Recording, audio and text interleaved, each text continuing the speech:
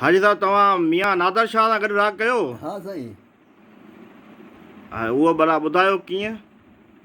इहो खीर आहे में दावत हुजे, हा पीराणे फ़क़ीर सां मियां राग कंदो हुजे, मियां बि गॾु हुजे केसी पासा सां वञी लथा उतां मोटियो पाऊं पीराणे फ़क़ीर खे जीअं राग कर पर राग कयूं।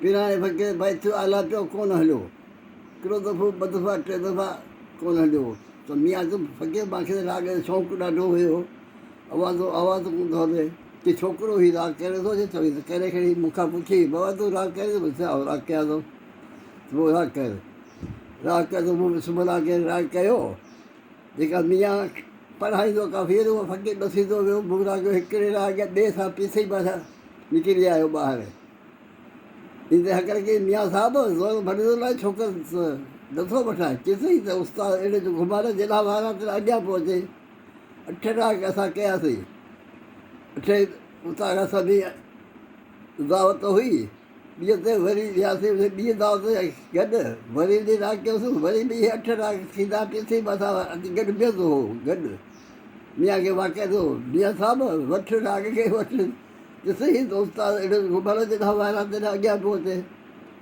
3 दावत कीअं दावत हुई ठिपे बंदि हिते आयासीं हिते बि दावत में पीसी पासा गॾु या मियां असांजो राग इहो हलंदो पहुचे तंहिंखां पोइ असांजी दावत थी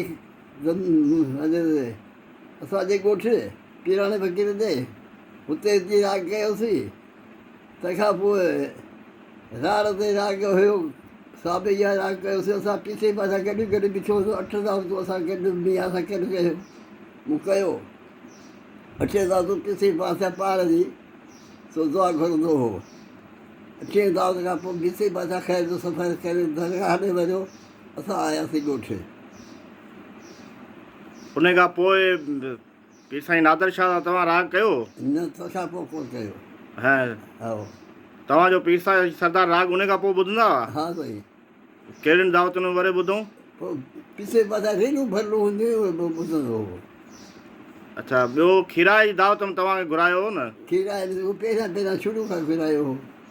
हा हा न उन खां पोइ बि हिकिड़ो जेकर डॉक्टर सखर दीन सां गॾु तव्हां विया ॻायो हुते?